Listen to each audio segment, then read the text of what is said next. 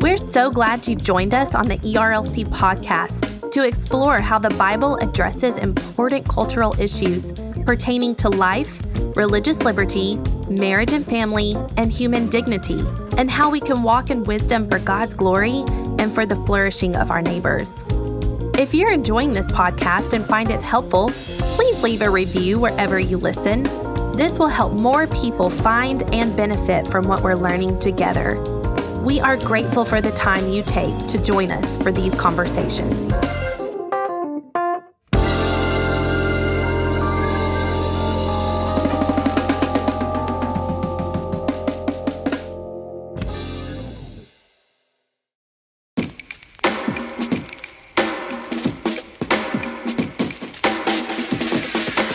Welcome to the ERLC podcast, where our goal is to help you think biblically about today's cultural issues. I'm Lindsay Nicolay, and today we're talking about how Tennessee Baptists are promoting a culture of life.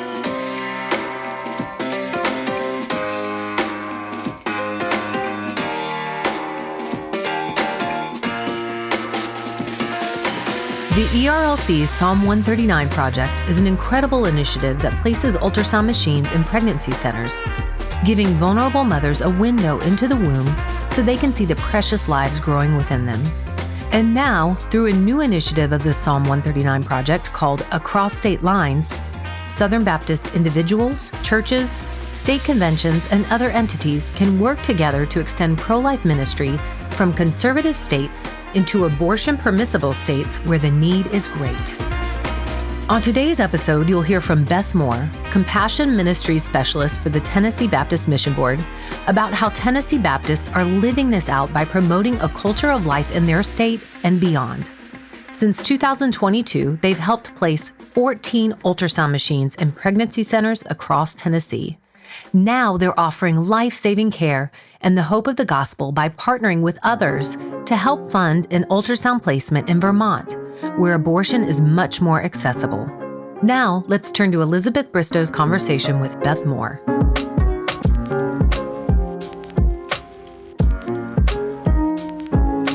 So with us today is Beth Moore. Beth, thank you so much for being with us here on the ERLC podcast. Thanks so much for having me. Yeah. To start out, would you please just share a little bit more about your role with the Tennessee Baptist Mission Board and the work that you're involved in there? Sure. So my role is Compassion Ministries Specialist, which means that I help our churches as they are trying to meet needs in the community. That looks like anything from feeding and hunger ministries, jail and prison ministries, and of course, pregnancy support ministries, which is what we're going to talk about today. Very neat. And how long have you been in this role? So I've been in this role since 2021. I've been with the Tennessee Baptist Mission Board since 2018. And prior to that, I served with the International Mission Board. Very neat. Very neat. Well, we so appreciate the important work that you do to serve Southern Baptist in Tennessee and just Tennesseans across the state and these various areas. How has the Tennessee Baptist Mission Board been working to promote a culture of life in Tennessee, and especially through your partnership with the ERLC's Psalm 139 project? Yeah, so this, of course, is very important to all believers that we value life from the womb all the way until death. And so we have, like I said, different kinds of ministries, but particularly we want to support our pregnancy support ministries. And we're able to do that as Tennessee Baptists give through our state missions offering, the Golden Offering for Tennessee Missions. And we have been able to provide resources for our pregnancy resource centers. Our executive director, Dr. Randy Davis, has a passion for this as well and has championed it in our state legislature. And since 2022, we have actually placed 14 ultrasound machines around the state. Some of those have been fully funded through the Golden Offering, but many of those have been done in partnership with the ERLC and the Psalm 139 project, which has just been a tremendous joy. I love working with Psalm 139. They have contacts sometimes that I don't, or know the needs that I don't. And so often we communicate about where's there a need in the state right now for an ultrasound machine. That's great. Yeah, I would say, kind of What is a forecasted plan looking like? You've shared kind of what you've done in the last several years. What are some of the current needs that you may see that are on the horizon across the state? Yeah, some of our pregnancy resource centers are looking to do mobile ministry. As you know, so many of our women in Tennessee live far away from access to medical care. And so we have pregnancy resource centers that are serving multiple counties and trying to care for women in multiple counties. And so we are trying to partner with them as they're growing their ministries to do mobile ministry. We also partner with churches that are doing outreach to single moms, unwed moms, moms that are in crisis through things like Embrace Grace and other ministries at their church. And so we partner with them.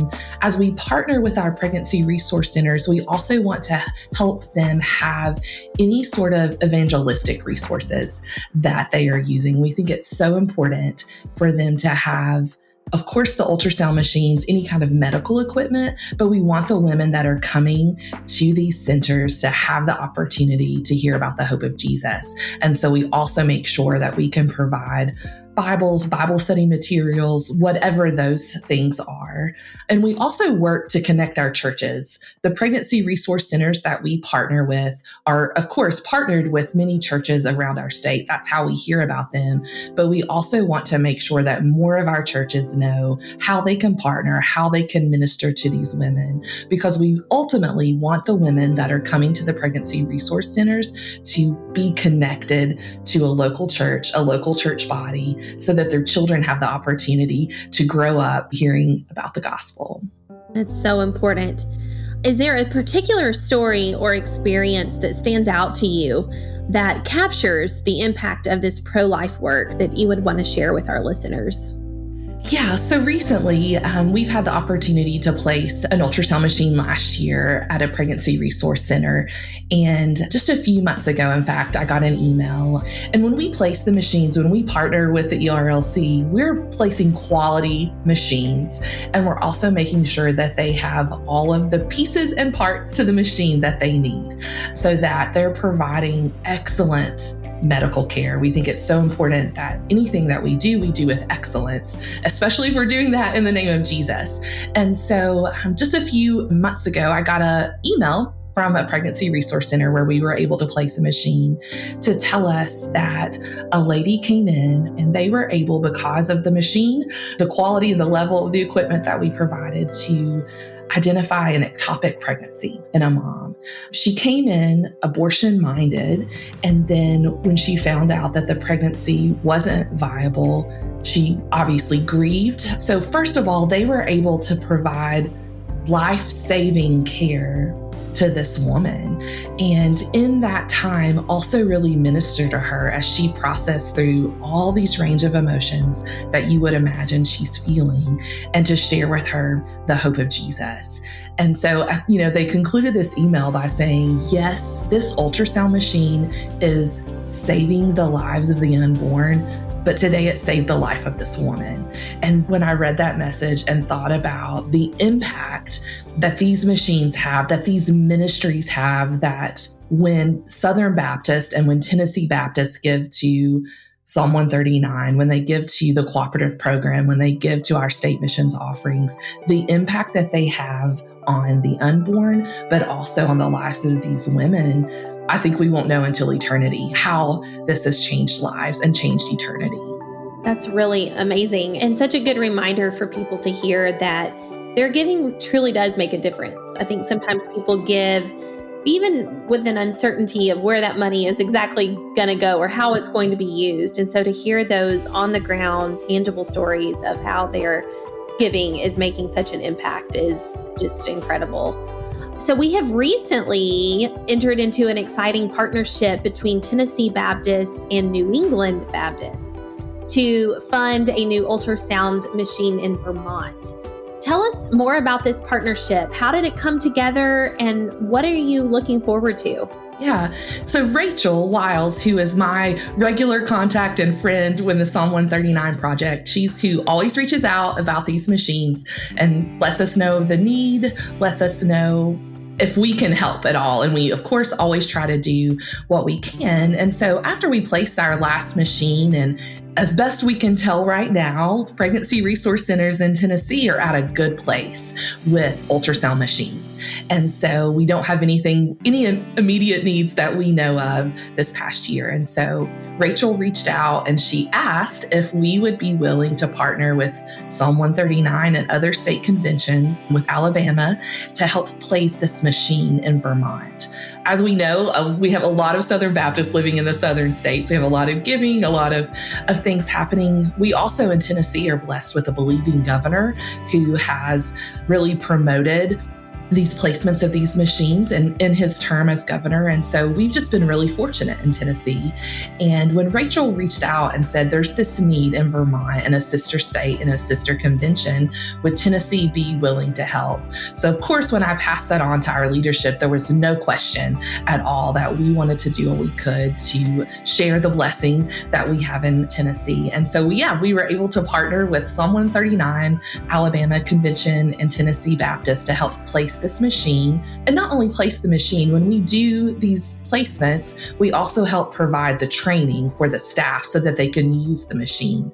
And so that can get quite expensive when you're doing all of that. So we are just super excited that we can have this partnership, that we can do what Southern Baptists pride ourselves on doing, which is cooperating together to advance the mission of God. And I believe that we are advancing that by helping save the lives of unborn and to minister to women that are coming into these offices hurting and questioning and wondering, and they're going to be met by believers who love them and can point them to Jesus. That's so beautiful. I love that partnership model. And like you said, when we cooperate together, when we partner together, we're more effective in how we can share the hope of the gospel with those around us. And so we're super excited and look forward to that placement in Vermont. So as we look ahead, how can listeners who are hearing this podcast episode pray for you, pray for your ongoing work in Tennessee and beyond? I think pray that I will be able to encourage our churches to engage in their community, to meet needs in their community. If we're going to see revival in Tennessee and across the states, our churches are really going to have to begin to engage with hurting people, engage with the broken, engage with those that may never come into our churches on their own. So we're going to have to go to them. And so that's really what I'm trying to encourage our churches to do. I think pray for these pregnancy resource centers across our state because they are front lines for the broken and the hurting, and they have the opportunity to connect women and children to our churches. And I think that there's nothing that Jesus would love more than for us to wrap our arms around hurting women and children and point them to Him. That's really great. Beth, is there anything else before we close out that you would want to share? I think, again, I'm just so grateful for the ERLC and the Psalm 139 project and what it means to so many women and children across our country, but I know especially in Tennessee. And so just want to say thank you. I want to say thank you to Southern Baptist for giving to the cooperative program. And of course, to Tennessee Baptist for just their generosity. We saw record giving for our state missions offering this past year, the highest we've ever received. And because of that, we were able to do what we've done with these ultrasound machine placements, but also many other missions opportunities right in our state. So I just want to say thank you so much to our churches in Tennessee and beyond for your faithful giving. Well, and thank you. Thank you for the hard work that you put in each day to serve those vulnerable people and communities around you. And if it's okay, I would love to pray with you before we go. God, we are so grateful for Beth. Lord, I'm thankful for the ministry that she is involved with, Lord, across the state of Tennessee in bringing the hope of the gospel to those who are lost and those who are vulnerable, those who are hurting. Lord, I just pray that you would abundantly bless her and bless her ministry. Lord, I pray that Tennessee Baptists across our state would just be invigorated, Lord, to get involved in their communities, Lord, to search and seek for needs that need to be met and have a willing heart, God, to serve in those places. I pray for pregnancy care centers across our state who are doing very important work of serving vulnerable women and children and families. And I just pray, God, for you to encourage them wherever they are serving, that you would just bring more and more women to their clinics, Lord, to receive help so that they can also receive the hope found in you, Christ. And so I pray for their work.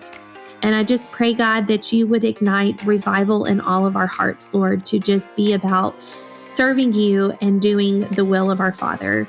Lord, we ask all of these things in your name. Amen.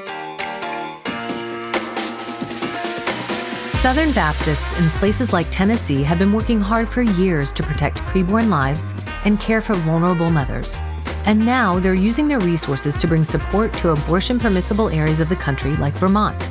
By helping to fund ultrasound placements in states with few, if any, protections for these children and where mothers will often travel to receive abortions, you too can reach across state lines with a missional mindset, saving lives and supporting mothers facing unplanned pregnancies. Thanks for listening to this episode of the ERLC podcast. Join us next time as we hear from the Georgia Baptist Mission Board.